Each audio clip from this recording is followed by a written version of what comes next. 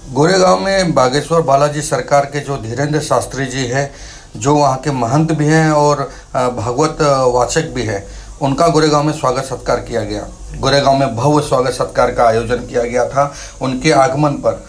Goregaon waste में waste नगर के पास में इम्पीरियल हाइट्स है, उसी में रहने वाली बबीता जी और उनके सुपुत्र करण सिंह, इन लोगों के प्रयास से, और अभिषेक जी जो कि मुंबई में जाने माने चेहरे माने जाते हैं, समाज सेवक माने जाते हैं, कम उम्र में ही उन्होंने बहुत ही तरक्की हासिल कर ली है। इन लोगों के प्रयास से अंधेरी में आए थे धीरेन्द्र शास्त्री जी और वहीं से गोरेगांव वेस्ट में लाया गया। गोरेगांव वेस्ट में अपने कार्यकर्ताओं से मिलने के लिए खास कर धीरेन्द्र शास्त्री जी ने एक समय निकाला और एक मीटिंग रखा। इसी मीटिंग में आगामी कार्यक्रम के बारे में और भिवंडी में बढ़ रहे बालाजी धाम, वो सनातन धर्म को किस तरह से आगे बढ़ाया जाए, इस पर चर्चा करते हुए धीरेन्द्र शास्त्री जी ने अपने सभी कार्यकर्ताओं को दर्शन भी दिया और भभूति देकर आशीर्वाद दिया।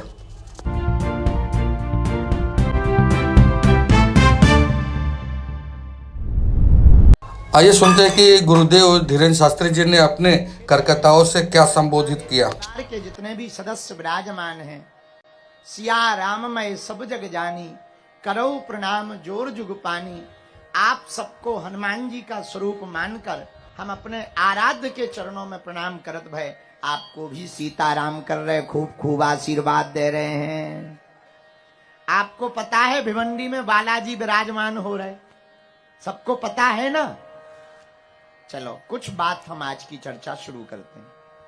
अपराध को रोकने का एकमात्र उपाय है संस्कार।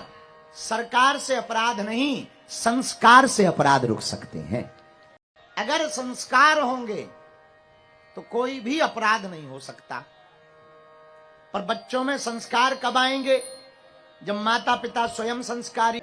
अब माताजी पिताजी स्वयं पगुआ पीबे तो बच्चा तो आगे के लगे जो है ठटरी बढ़ाएंगे ही बढ़ाएंगे। तो परिवार को संस्कारवान, बच्चों को संस्कारवान बनाना है तो उसके पहले माता पिता को संस्कारवान बनना पड़ेगा। तो हम एक बात आज हम आपसे प्रार्थना करना चाहते, अगर आप बच्चों को खूब पढ़ाओ, डीएम बनाओ, आईपीएस बनाओ, अधिकारी बनाओ, आईआईटी में पढ़ाओ, इंजीनियर बनाओ, डॉक्टर बनाओ भैया, पर एक प्रार्थना हमारी है, सबसे पहले अपने बच्चों को इंसान बनाओ। उन्हें पहले इंसानियत दो, उनके अंदर पहले संस्कारों का बीज भरो। संस्कार ऐसे हो हनुमान जी की तरह कि लंका में रावण भय दिखाता रहा, प्रलोभन देता रहा, तरह तरह की बातें करता रहा, राक्षस ताली बजाते रहे, बांधा गया हनुमान जी को, पूंछ में आग लगाई गई, पर ये भारत के मां के संस्कार हनुमान जी के अंदर थे। हनुमान जी डिगे नहीं, हनुमान जी मुड़े नहीं, हनुमान जी हटे नहीं, लंका में भी राम नाम का डंका बजा डाला। ये संस्कारों का प्रताप है। और एक बात और बोले, कह दो बोलो, अरे जोर से तो कहो, और जोर से कहो, बुरा ना मानना आप लोग, बुरा लगे तो I am very very not sorry. आप लोग बहुत अच्छे हो, लेकिन ये जो माया नगरी में रहते हो ना, यहां बड़ा संभल कर रहना। यहां पल पल पर बिगाड़ने वाले लोग मिलेंगे। पर एक बात सिद्धांतिक समझो रामचरितमानस की, राम के राज्य में रहकर के मंथरा सुधरी नहीं और रावण के राज्य में रहकर के विभीषण बिगड़ा नहीं। तो ये महत्वपूर्ण नहीं है कि आप कहां रहते हो, महत्वपूर्ण है कि आपके संस्कार कैसे हैं। अगर आपके संस्कार कठोर होंगे तो पागलों, आपके बच्चे संस्कार से पले होंगे, बड़े होंगे, गीता रामायण के आधार पर जीवन जी रहे होंगे, तो हम आपको दावे के साथ कह सकते हैं आपके बच्चे कभी भी विधर्मियों के चक्कर में नहीं पड़ सकते हैं। सीताराम। एक्चुअली गुरुदेव का आने का उद्देश्य है सनातन का जो झंडा गुरुदेव ने उठाया है, उस झंडे को आगे लेके चलने के लिए सभी लोगों को आमंत्रित करना और सनातन को आगे बढ़ाने के लिए ये उसकी एक छोटी सी मीटिंग थी। उस मीटिंग के लिए गुरुदेव आए थे। सच में हम सभी महाराष्ट्र के भक्तों के लिए काफ़ी आनंद की एक बात है। जिन भक्तों का छतरपुर बागेश्वर धाम जाना नहीं होता था किसी ना किसी कारण से, उनके लिए काफ़ी बड़ा एक अवसर यहाँ पे पूजनीय गुरुदेव श्री धीरेन्द्र कृष्ण शास्त्री बागेश्वर महाराज जी के माध्यम से आज भिवंडी शहर में ही, महाराष्ट्र के भिवंडी शहर में ही एक बड़ा धाम का उपकेंद्र की स्थापना वहाँ पे हुई है। कल 14 अप्रैल 2025 वहाँ पे प्राण प्रतिष्ठा का वहाँ पे कार्यक्रम है। सम्मानीय महाराष्ट्र के मुख्यमंत्री देवेंद्र जी फडणवीस साहब, इनके हाथ से उद्घाटन शाम 4:30 बजे होने वाला है। सच में अगर आप देखोगे तो संपूर्ण सिर्फ भिवंडी शहर तक ये लहर नहीं, तो संपूर्ण महाराष्ट्र में ये एक खुशी की लहर आज यहाँ पे हमको दिख रही है। सच में जिस भिवंडी को पहले लोग एक जिहादियों का शहर के नाम से जाना जाता था, एक मिनी पाकिस्तान के नाम से जाना जाता था, आने वाले समय में भिवंडी ये एक सनातनियों का एक तीर्थ क्षेत्र के नाम से जाना जाएगा। और निश्चित जो महाराज जी ने एक संकल्प लिया है भारत हिंदू राष्ट्र का, सारे जाति पात मिटा के सारे हिंदुओं को एक साथ लाने का, उसका सबसे बड़ा ध्वज जो लहराएगा वो इस भिवंडी शहर से ही लहराएगा।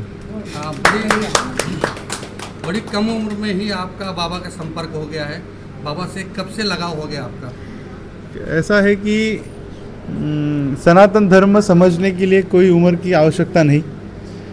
अगर हम देखेंगे अन्य धर्मों में देखोगे तो वहाँ पे जिनको पूजा जाता है उनके अगर आप कृत्य देखेंगे तो वो लज्जास्पद काफ़ी सारे चीज़ें उन इतर धर्मों में देखी जाती है। कहीं अगर हम देखेंगे तो स्त्रियों को दुष्भाव देने का विषय हो, कहीं अगर हम देखेंगे तो पूरा मांसाहार या फिर दारू का सेवन पे काफ़ी बड़ा वहाँ पे प्रचार का धर्म के माध्यम से कार्य होता है। परंतु अगर हम देखोगे सनातन धर्म ही एक ऐसा धर्म है जो प्राणी प्रेम सिखाता है, जो एक जीवन जीने का एक रास्ता दिखाता है।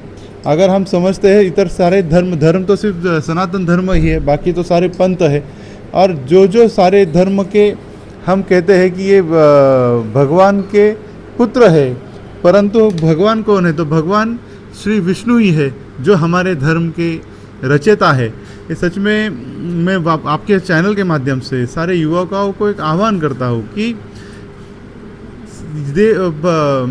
आध्यात्मिक में कुछ काम करने के लिए कोई उम्र की ज़रूरत नहीं होती। एक अच्छे विचार से आप शुरुआत कीजिए, निश्चित आने वाला समय ये हिंदुओं का ही होगा। जिस भारत में हम सेक्युलर का एक झूठ वाला एक झंडा या एक टाइटल लेके जो घूमते हैं, निश्चित वो कहीं तो हमें एक दुर्गति के तरफ लेके जा रहा था। परंतु पूजनीय गुरुदेव बागेश्वर धाम जी के माध्यम से जो हमें एक नई सीख मिली है कि राम राज्य क्या होता है, सनातन हिंदू राष्ट्र क्या होता है, निश्चित आने वाला समय सनातन हिंदू राष्ट्र ही होगा। और सभी देखने वाले मेरे भाइयों बहनों को विनती करता हूँ कि इस सारे लहर में आप सब एक साथ जुड़िए। काफ़ी लोग का प्रयास रहता है वो ला नहीं पाते, लेकिन गोरेगांव में आपने बाबा जी को लाके एक झंडा यहाँ पे कायम किया। कहाँ पे आगमन हुआ था और किस तरह का योगदान रहा आपका? सबसे पहले बागेश्वर बालाजी की जय हो।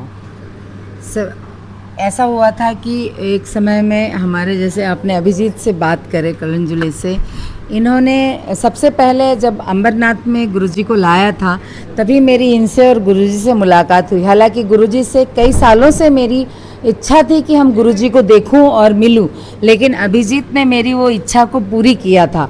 और आज भी जो मेरा डंका बजा है और मेरा झंडा जो फहराया है बाबा जी के नाम का, मेरे अभिजीत के माध्यम से ये हुआ है और बहुत अच्छा सफल रहा। काफ़ी लोगों ने बाबा का दर्शन लिया। लोग मोबाइल में टीवी में देखते हैं, आज सामने साक्षात यहाँ बालाजी के दर्शन हुए, यहाँ गुरुजी के दर्शन हुए। हमारे भगवान के दर्शन को पाके हमारा गोरेगांव है और इंपीरियल हाइट है, ये धन्य हो गया। जय जय बालाजी सरकार की। जय श्री राम। जैसे कि अभी बबीता जी ने कहा कि यह गोरेगांव धन्य हो गया, तो मैं आप लोग को एक छोटी सी जानकारी दूँ कि कई दिनों से भगत सिंह नंबर 1 में भागवत गीता भी हो रहा है और भागवत के इतने बड़े प्रवक्ता और इतने बड़े सनातन को लेकर चलने वाले का आज गोरेगांव में आगमन हुआ। सच में यह पूरा जो गोरेगांव का परिसर था यह धन्य हो गया, उनके दर्शन पाने वाले धन्य हो गए। जैसे कि बाबा जी ने कहा है कि हम पिछले 2 महीने के बाद फिर से आएंगे, तो जैसे भी रहेगा हम आपको संपर्क में रहेंगे। सनातन के नाम पर जो भी प्रचार प्रसार हो सकता है हम करते रहेंगे। मैं संजय मिश्रा, लोकप्रतिनिधि गोरेगांव वेस्ट से।